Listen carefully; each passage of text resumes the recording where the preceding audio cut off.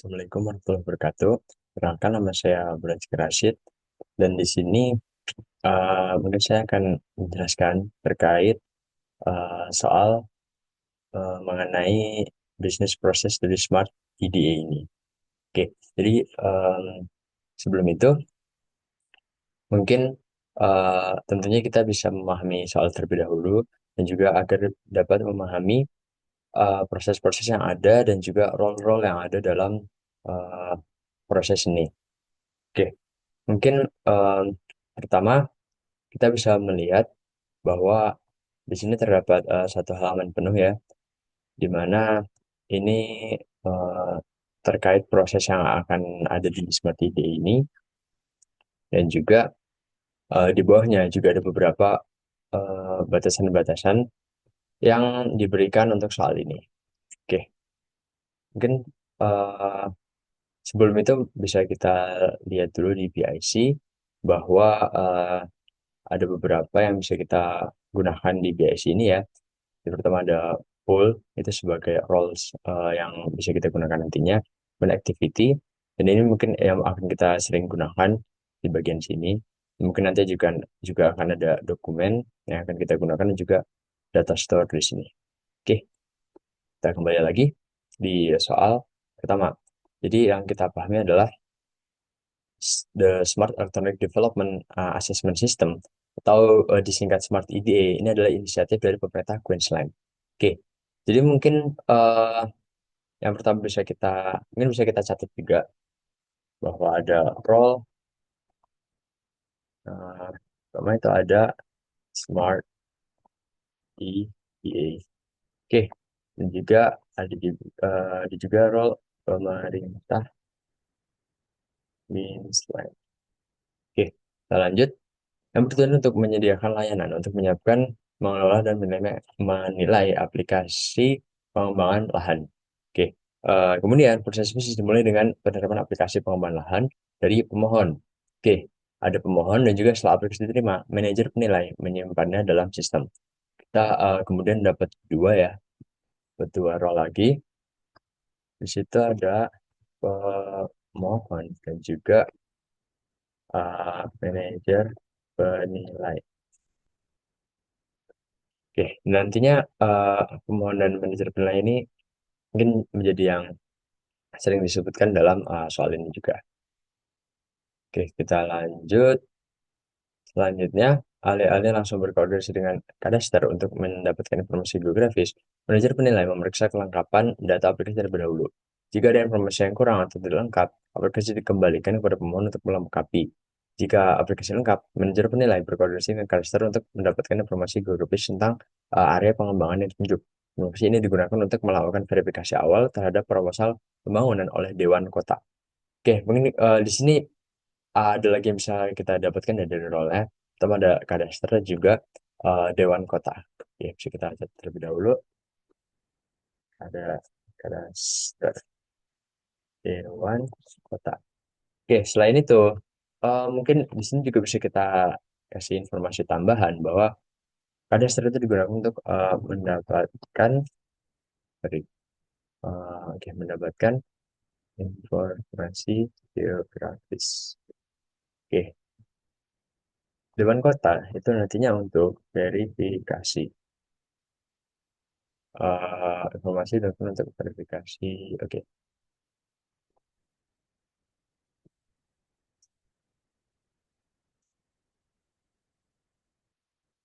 jadi mereka berkesinambungan ya harusnya. Oh, sorry, verifikasi. Oke, kemudian manajer penilaian memeriksa hasil verifikasi dari Dewan Kota. Jika aplikasinya tidak valid, mohon diberikan kesempatan untuk memperbaiki dan mengajukan ulang aplikasi. Jika aplikasi valid, manajer penilai menyiapkan penawaran biaya untuk pemrosesan aplikasi dan mengirimkan penawaran kepada pemohon. Biaya ini bergantung pada jenis pengembangan, perumahan atau komersial, serta izin atau lisensi yang diperlukan. Oke. Hmm, kita lanjut. Jika pemohon menolak penawaran, aplikasi dihentikan pada tahap ini. Namun, jika tidak ada respon dalam waktu 5 hari, sistem secara otomatis mengirimkan pengingat kepada pemohon untuk memastikan keputusan. Jika setelah pengingat tersebut tidak ada keputusan, aplikasi dinyatakan batal otomatis tanpa pemberitahuan lebih lanjut. Oke, jika pemohon menerima penawaran, proses penilaian dilanjutkan. Lanjut di sini seperti ada role baru ya. Jadi di sini disebutkan bahwa penilaian terdiri dari analisis rinci terhadap rencana pembangunan. Pertama, manajer penilai berkoordinasi dengan Departemen Jalan Utama atau DMR untuk memverifikasi adanya potensi konflik dengan proyek pembangunan jalan yang sedang berlangsung. Jika ditemukan konflik, aplikasi dihentikan dan pemohon diberitahukan bahwa proses tidak dapat dilanjutkan. Jika tidak ada konflik, maka proses dilanjutkan dengan evaluasi terhadap dampak terhadap lingkungan alami. Namun, jika aplikasi sudah melibatkan perubahan terhadap lingkungan alam, pengecekan hukum perlindungan lingkungan dilakukan terlebih dahulu, baru dilanjutkan dengan evaluasi dampak terhadap lingkungan. Jadi nanti bisa kita cek terlebih dahulu ya. Di sini kayak eh, kebalik gitu ya. Jadi kayak dikasih tahu dulu jika ditemukan konflik, ini nggak bisa. Kalau ada konflik, dilanjutkan dengan evaluasi terhadap dampak lingkungan alami.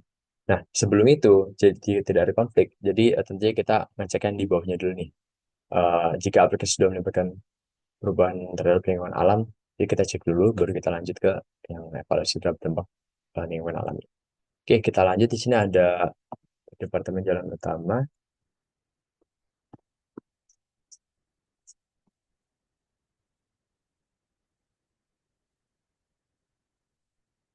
Oke, jika rencana pengembangan melibatkan perubahan terhadap lingkungan alam, manajer penilai harus mengajukan izin perubahan lahan kepada Departemen Sumber Daya Alam dan Air atau NRW sebetulnya.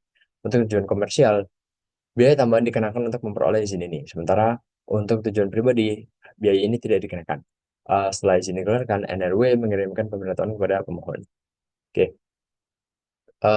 namun jika area yang ditunjuk dilindungi oleh peraturan perlindungan lingkungan khusus, manajer penilaian harus meminta izin lingkungan terlebih dahulu dari Badan Perlindungan Lingkungan. Oke, kita dapat dua di sini. Jadi adanya Departemen Sumber Daya Alam dan Air. Dan selanjutnya ada Badan Perlindungan Lingkungan,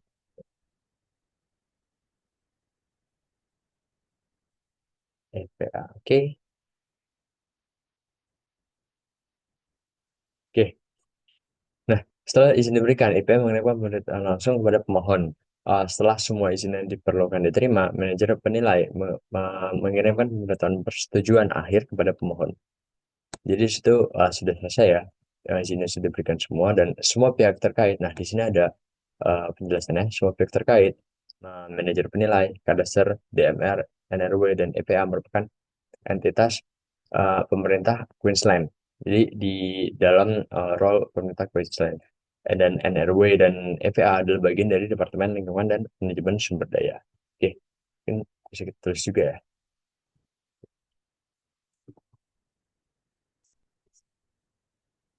Departemen Lingkungan dan Manajemen Sumber Daya pemerintah Queensland. Oke, nah batasannya adalah atau ya batasan dan aturan. Yang pertama yaitu berikan proses berikut dari sisi Smart EDA. Selain Smart EDA dimodelkan sebagai black box. Oke, jadi ada bakal yang kita lihat dari sisi Smart EDA, POV Smart. Oke, kemudian kapan saja selama proses ini pemohon dapat melacak kemajuan aplikasi mereka dengan berinteraksi langsung dengan manajer penilai. Pemohon dapat mengirimkan permintaan update status.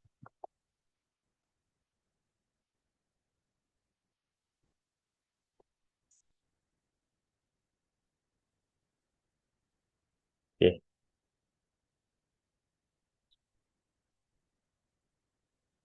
lanjut. Terakhir, selain itu kapan saja selama proses pemohon dapat membatalkan aplikasi.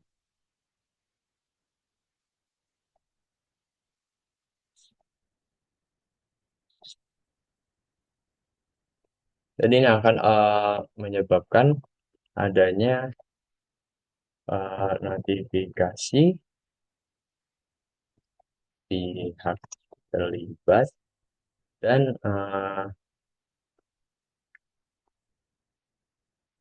oke, begini ya.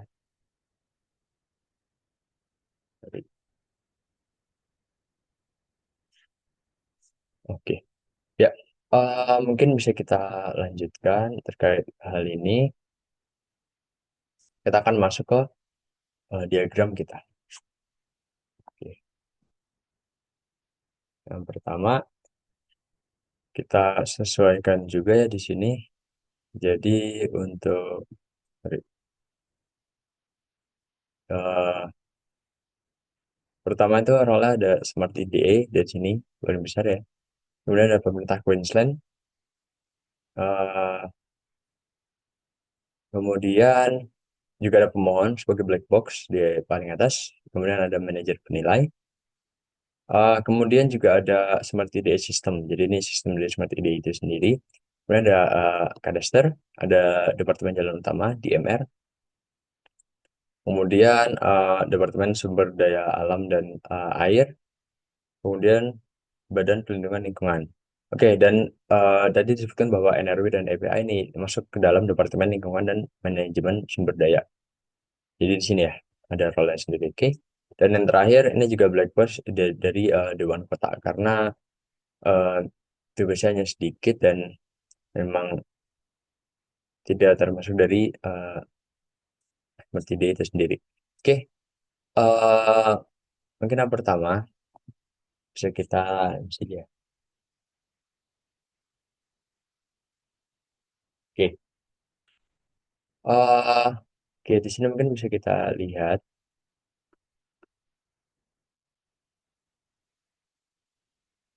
Oke, dan di sini oke. Proses bisa dimulai dengan penerimaan aplikasi pengembangan lahan dari pemohon. Jadi aplikasi pengembangan lahan diterima oleh manajer penilai. Oke, setelah aplikasi diterima, manajer penilai menyimpannya dalam sistem. Oke, di sini dapat ya. Jadi ada dokumennya. Di sini masuk dan simpan aplikasi dalam sistem. Kita akan masukkan sistem Smart IDA itu sendiri. Kemudian alih-alih langsung berkoordinasi dengan kadaster untuk mendapatkan informasi geografis, manajer penilai memeriksa kelengkapan data aplikasi terlebih dahulu. Oke, kita lihat di sini periksa kelengkapan data aplikasi. Nah, di sini dilihat apakah lengkap atau kurang lengkap atau bahkan tidak lengkap sama sekali gitu ya. Nah, jika ada informasi yang kurang atau tidak lengkap, aplikasi dikembalikan kepada pemohon untuk melengkapi. Oke, di sini bisa dikembalikan ya, kembalikan aplikasi untuk dilengkapi. Nanti balik ke pemohon dan juga pemohon bisa memberikan aplikasi ulang. Oke, jika lengkap, jika aplikasi lengkap, manajer penilai berkoordinasi dengan kadaster untuk mendapatkan informasi geografis tentang area pengembangan yang ditunjuk tadi. Oke, jadi ini ada nih koordinasi untuk informasi geografis. Nah, kemudian di sini diproses informasi geografis oleh kadaster dan juga setelah data didapatkan, tentunya akan verifikasi dikasih ke Dewan Kota, diberikan ke Dewan Kota untuk dilakukan verifikasi oleh Dewan Kota tersebut. Oke, jadi diberikan ya di sini Dewan Kota. Kemudian dia akan mengembalikan data yang ada. Nah, hasil verifikasi akan masuk ke sini ya dan diberikan kepada manajer penilai. Nah, kita masuk dan kemudian manajer penilai memeriksa hasil verifikasi dari Dewan Kota. Nah, hasil verifikasi akan dicek oleh manajer penilai dan kita lihat apakah jika aplikasi dinyatakan tidak valid, pemohon diberikan kesempatan untuk memperbaiki dan mengajukan ulang aplikasi. Kemudian jika aplikasi valid, manajer penilai menyiapkan penawaran biaya untuk pemeriksaan aplikasi dan mengirimkan penawaran kepada pemohon. Di sini ditanyakan ya, eh, apakah valid atau tidak? Jika tidak, beri kesempatan kepada pemohon. Nah, di sini dijelaskan untuk memperbaiki dan mengajukan ulang aplikasi. Kesempatan diberikan eh, masuk ke pemohon. Oke, kemudian jika valid, manajer penilai menyiapkan penawaran biaya untuk pemrosesan aplikasi dan mengirimkan penawaran kepada pemohon. Oke, di sini kalau valid siapkan penawaran biaya. Nah, mungkin di sini ada sedikit yang miss. Jadi biaya ini bergantung pada jenis pengembangan eh, perumahan atau komersial serta izin atau lisensi yang diperlukan. Nah, di sini mungkin bisa ditambahkan ya bahwa ada XOR di sini biayanya tergantung pada jenis pengembangan perumahan atau komersial serta izin atau lisensi yang diperlukan. Nah, di sini mungkin bisa dibuat XOR juga, namun bisa juga dikasih apa namanya untuk penjelasan penjelasan lebih lanjut di sini. Jadi kita gunakan annotation ini, kita sisipkan di sini dan untuk menjelaskan bahwa penawaran biaya itu bergantung pada aplikasi yang diberikan juga. Oke, kemudian kita tentunya mengirimkan penawaran ke eh, pemohon. Nah, setelah dikirimkan, kita di sini menunggu ada apa namanya? Di sini kita gunakan event base event base untuk menunggu beberapa hal yang bisa dilihat di sini, apakah ditolak, apakah penawaran diterima, atau bagaimana. Nah, di sini kita melihat jika pemohon menolak penawaran, aplikasi dihentikan pada tahap ini. Oke, jadi ketika setelah dikirim kepada pemohon, pemohon akan memberikan sesuatu ke sistem kita. Nah, kita lihat ini apakah yang kita terima bahwa itu merupakan sebuah penolakan atau bukan. Jadi, misalnya penolakan diterima, jadi aplikasi akan dihentikan. Selanjutnya, jika tidak ada respon dalam waktu 5 hari, sistem secara otomatis mengirimkan pengingat kepada pemohon untuk memastikan keputusan. Nah, di sini setelah 5 hari, sistem di sini akan mengirimkan reminder. Setelah itu, ada event base lagi. Jika setelah pengingat tersebut tidak ada keputusan, aplikasi dinyatakan batal otomatis tanpa pemberitahuan lebih lanjut. Nah, di sini ada beberapa waktu setelah reminder. Ini mungkin tidak terlalu dijelaskan ya. Tapi di sini setelah diberikan reminder, akan diberikan waktu dan jika memang tidak ada balasan, aplikasi akan dibatalkan. Seluruhnya. Oke. Ya, lanjut lagi. Jika pemohon menerima penawaran, proses penilaian dilanjutkan. Nah, di sini kita berikan dua untuk catch catch event catch message dari penawaran diterima. Pertama, setelah adanya kirim reminder di sini, masuknya ke sini dan juga sebelum 5 hari itu akan masuknya ke sini. Nah, tapi itu nanti berakhir sama-sama berakhir di verifikasi potensi konflik. Nah, jika pemohon menerima penawaran, proses penilaian dilanjutkan. Oke. Penilaian itu terdiri dari analisis rinci terhadap rencana pembangunan. Pertama, manajer penilai berkoordinasi dengan Departemen Jalan Utama untuk memverifikasi adanya potensi konflik dengan proyek pembangunan jalan yang sedang berlangsung. Oke, jadi kita lihat di sini kalau penawaran diterima, kita akan masuk ke activity verifikasi potensi konflik oleh eh, manajer penilai. Oke, di sini dijelaskan bahwa potensi konflik itu adalah potensi yang ada konflik dengan proyek yang sedang berlangsung.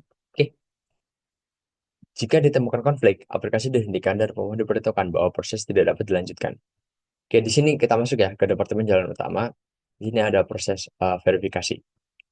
Nah, proses verifikasi itu diproses oleh DMR ini, Departemen Jalan Utama, dan juga mereka akan mengirim hasil verifikasi kembali ke uh, manajer penilai. Oke, kita akan periksa hasil verifikasi. Nah, apakah ada konflik atau tidak gitu. Jika ditemukan konflik, aplikasi dihentikan dan pemohon diberitahukan bahwa proses tidak dapat dilanjutkan. Oke, kita ditanyakan di sini apakah ada konflik. Jika ada, notifikasi pemberhentian proses kita akan memberikan notifikasi pemberhentian proses aplikasi ini dan proses tidak bisa dilanjutkan. Proses dihentikan dan ya kita kirim notifikasinya ke pemohon. Oke, jika tidak ada konflik, proses dilanjutkan dengan evaluasi terhadap dampak lingkungan alami. Oke, nah di sini yang sedikit apa namanya sedikit rumit ya jika dilihat. Jadi di sini kalau tidak ada evaluasi terhadap dampak lingkungan alami. Nah di situ ada dua, di mana ini ditanyakan lagi, apakah melibatkan perubahan terhadap lingkungan alam? Jika iya atau memang sudah melibatkan perubahan terhadap lingkungan alam, pengecekan hukum perlindungan lingkungan dilakukan terlebih dahulu. Nah, jika ada, kita akan ke sini, baru dilanjutkan dengan evaluasi dampak terhadap lingkungan. Nah, setelah itu baru ke sini, evaluasi dampak lingkungan. Oke, wait. Hmm, oh ya di sini. Oke, jika rencana pengembangan melibatkan perubahan terhadap lingkungan alam, manajer penilaian harus mengajukan izin eh, perubahan lahan kepada Departemen Sumber Daya Alam dan Air untuk tujuan komersial biar ditambahkan. Oke, jadi kita lihat periksa peraturan perlindungan lingkungan khusus. Nah, di sini ya, di sini. Namun jika area yang dituju dilindungi oleh peraturan perlindungan lingkungan khusus, nah di sini kita lihat manajer penilaian harus meminta izin lingkungan terlebih dahulu dari Badan Perlindungan Lingkungan. Nah, kita agak mundur-mundur lagi ya dari yang tadi. Di sini jika tidak ada konflik, kita ke sini. Namun kalau ada ini, kita mundur lagi dan juga ternyata di sini ada mundur lagi gitu untuk prosesnya. Oke, jadi apakah area dilindungi itu dikaji sendiri oleh eh, manajer penilai ya. Dari situ kalau area dilindungi, ternyata kita akan masuk ke sini. Nah, kita akan ke Badan Perlindungan Lingkungan. Kita akan minta izin lingkungan, oke? Di sini kita mengarahkan ke Badan Perlindungan Lingkungan. Nah, mereka akan menerima permintaan perizinan dan juga eh, kita akan mereka akan memberikan perizinan lingkungan tersebut dan juga pemberitahuan dikirim. Nah, setelah izin diberikan, IPE mengirimkan pemberitahuan langsung kepada pemohon. Nah, dia akan langsung ngirim ya di sini ya. Sorry, langsung ngirim ke pemohon. Nah, selain itu, setelah pemberitahuan dikirim juga, ini akan masuk ke sini. Masuk kembali ke manajer nilai. Oke, nah setelah itu setelah dilihat di sini ada apa namanya paralel ya di sini harus seperti itu. eh jadi bisa bisa jalan kalau masuk keduanya atau satu satu aja juga bisa masuk. Juga bisa lanjut untuk step selanjutnya. Nah, di sini setelah kita masuk ke IPE ini, kita akan periksa penerimaan perizinan. Nah, apakah udah lengkap atau belum gitu. Nah, kalau belum, kita lanjutkan perizinan dan kita akan masuk ke perizinan untuk NRW ini. Nah, ajukan izin perubahan lahan. Nah, kalau yang di awal tadi ternyata areanya apa namanya tidak dilindungi, maksudnya bebas gitu ya areanya. Dan mereka nggak perlu minta izin lingkungan. Jadi mereka akan langsung masuk ke perizinan ke NRW ini, Departemen Sumber Daya Alam dan Air. Nah, kalau dilindungi kita tadi yang tadi apa namanya kita muter dulu ke sini, pemberitahuan dikirim, sorry, pemberitahuan dikirim di sini. Nah, kita masuk ke sini dan juga akan muter dulu, muter ke sini dan juga muter ke ajukan izin perubahan lahan. Nah, karena ini memang harus lewat step itu dulu ya. Kalau memang belum lengkap, oke. Jadi untuk tujuan komersial, kita kan di sini ajukan izin perubahan lahan dan itu dilakukan oleh manajer penilai. Nah, kita akan ngasih arah ke Departemen Sumber Daya Alam dan Air atau NRW. Kita akan mereka akan menerima permintaan perizinan, kemudian periksa perizinan dan tujuan perizinan dan juga kita lihat di sini tujuan perizinan itu apa di situ. Nah, kalau tujuan komersial, biaya tambahan akan dikenakan. Kalau tujuannya memang untuk tujuan pribadi, biaya ini tidak dikenakan.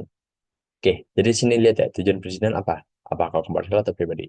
Ini kalau komersial ada kenakan biaya tambahan, jika pribadi biaya normal. Oke, ya masuk lagi ke ekspor ke sini. Kemudian keluarkan perizinan perubahan lahan. Oke, setelah izin dikeluarkan, NRW mengirimkan pemberitahuan kepada pemohon. Kirim pemberitahuan. Set.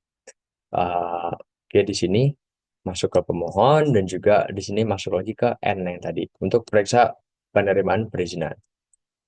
Ya, setelah itu eh, akan ditanyakan apakah perizinan lengkap atau tidak. Karena kita sudah melewati dua proses tadi ya, tentunya dua-duanya sudah lengkap di sini kalau udah dicek. Kemudian setelah lengkap, itu di sini. eh Setelah izin diberikan, oke. Setelah semua izin yang diperlukan diterima, manajer penilai mengirimkan pemberitahuan persetujuan akhir kepada pemohon. Nah, tentunya manajer penilai itu harus tahu kan ini presiden itu udah lengkap atau belum dengan cara ini. Jadi dia akan dapat juga pemberitahuannya. Maksudnya dia tahu bahwa ada pemberitahuan yang dikirim. Kemudian ya kalau sudah lengkap, ini kirimkan pemberitahuan persetujuan akhir. Nah, pemberitahuan dikirim dan juga proses selesai. Nah, di sini ini bisa ditambahkan bahwa ini akan menuju ke mohon. Oke, setelah itu eh, ada case lagi ya bahwa ketika memang tidak melibatkan perubahan terhadap lingkungan alam, mereka tuh langsung masuk ke kirim pemberitahuan persetujuan akhir bahwa ya karena memang nggak perlu ada izin lagi, tentunya akan langsung masuk ke sini. Masuk ke kirim pemberitahuan persetujuan akhir dan juga pemberitahuan akan dikirim bahwa memang sudah disetujui untuk aplikasi yang disampaikan tadi dan proses selesai. Oke, kita akan lanjut ke constraint-constraint yang ada di sini atau batasan-batasan. Black box sudah kita gunakan tadi bahwa ada pemohon dan juga dari sisi em, Dewan Kota ya. Lanjut, nah kapan saja selama proses ini pemohon dapat melacak kemajuan aplikasi mereka dengan berinteraksi langsung dengan manajer penilai. Pemohon dapat mengirimkan permintaan update status permohonan atau aplikasi yang dapat ditindaklanjuti oleh manajer dengan memberikan update status. Gambarkan pelacakan laporan dengan proses proses. Oke, untuk sub prosesnya, saya menggambarkan seperti ini. Jadi sini ada proses permintaan update status. Oke, untuk update status kan dari pemohon, permintaan itu diterima. Kemudian kumpulkan informasi terupdate untuk yang saat ini dan proses itu udah gimana gitu. Nah, setelah itu langsung aja dikirimkan update status dikirim oleh pemohon. Ini mudah ya. Jadi seharusnya seperti itu untuk prosesnya. Dan juga, nah di sini pembatalan lamaran. Yang selanjutnya ya, selain itu kapan saja selama proses pemohon dapat membatalkan aplikasi.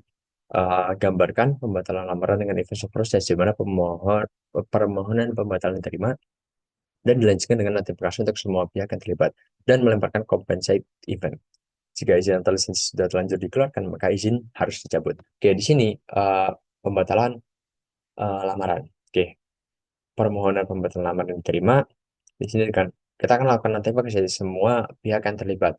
Di sini ada apa namanya signal event, throw. Nah, notifikasi pembatalan juga kita akan lanjut ke compensate event untuk pembatalannya. Oke, di sini nyambungnya akan berkesinambungan, akan nyambung untuk proses yang seperti ini, seperti berikan perizinan lingkungan dan juga keluarkan perizinan perubahan lahan. Nah, untuk perizinan-perizinan itu ada khususnya ya, karena eh, butuh jika memang ada notifikasi pembatalan setelah udah diberikan nih ternyata ada notifikasi pembatalan itu perizinan akan dicabut dan cabut perizinan dan di sini akan ada compensate event untuk perizinan dicabut dan juga di sini keluarkan perizinan di sini ya perubahan lahan notifikasi pembatalan dapat nih ada izin sudah dikeluarkan. Nah, tentunya perizinan akan dicabut dan juga compensate event. Dari sini akan revert back semuanya dan semua proses akan dibatalkan secara keseluruhan. Kenapa ada di sini? Karena ini memang dikhususkan ada case khusus ya tentang perizinan ini dan ini memang penting dan emang perlu dicabut perizinannya. Kalau memang mereka membatalkan aplikasi setelah perizinan diberikan. Oke, mungkin untuk keseluruhannya seperti itu ya yang bisa disampaikan dari uh, proses ini dan ya proses berakhir setelah pemberitahuan dikirimkan atau memang dibatalkan ya dari pemohonnya itu sendiri. Mungkin bisa kita lihat di sini ya ada pembatalan di sini, kemudian aplikasi dibatalkan juga. Itu adalah proses-proses terakhir and event yang ada di sini ya. Dan ini adalah proses yang kalau jalannya perfect ya. Maksudnya semuanya sudah dilaksanakan dan tidak ada pembatalan atau outlier lainnya yang terjadi di kasus ini, proses bisnis ini. Dan mungkin ya mungkin sekian yang dapat saya sampaikan terkait keseluruhan dari proses bisnis ini dan mungkin saya izin pamit di sini. Terima kasih atas perhatiannya juga dan mungkin dari saya kurang lebihnya mohon maaf dan terima kasih. Assalamualaikum warahmatullahi wabarakatuh.